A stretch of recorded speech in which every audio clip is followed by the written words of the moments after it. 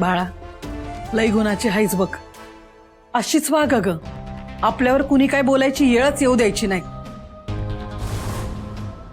खूप मोठी हो.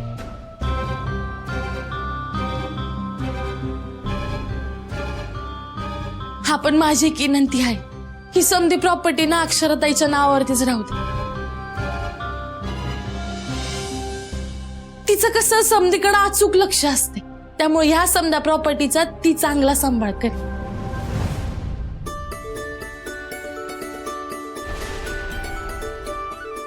अगदी बरोबर बोलती आहेस बघ. होय होय मेनका, तुझं म्हणणं ना एकदम बरोबर आहे बघ. पण अगं हे समजा ना आमच्या लक्षातच आलं नाही. पण तू जे आलं तू आहे की नाही लयच भारी आहेस.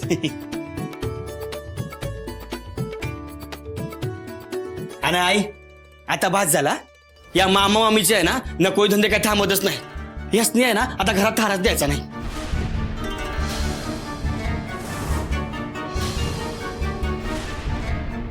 नाही नाही असं नका करू. त्यांची यामध्ये काय बी चूक नाही.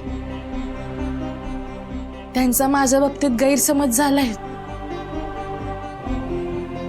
त्यामुळे त्यांनी असा अंदाज लावला असेल. त्यामुळे त्यांना माफ करा. त्यांच्या जागी दुसरं कोणी बी असतं ना तर त्यांनी सुद्धा असाच विचार केला असता. त्यामुळे त्यांना माफ करा.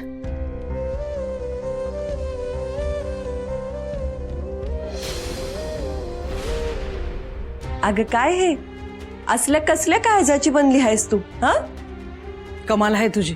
ही दोघं इतकं वाईट वागून मी मोठ्या मनानं माफ केलंच ग त्यांना. उर्वशे, बघितलंस ना, याला म्हणतात माणुसकी, नाती सांभाळणं.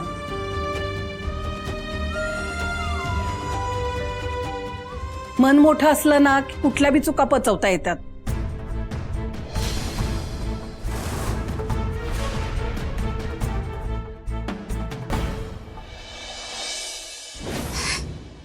उद्घाटनाला शहाणा उठला आणि नारळ सोडून दगड फुटला. समजा आपल्या चांगलं टी. नाहीतर काय, सगळा आपल्या हातात तोंडाशी आलेला घास या मेनकानं बरोबर तोंड दाबलं आपलं. तुम्हाला सांगते ही बया दिसते ना तशी अजिबात नाही. लई हुशार आहे बघा.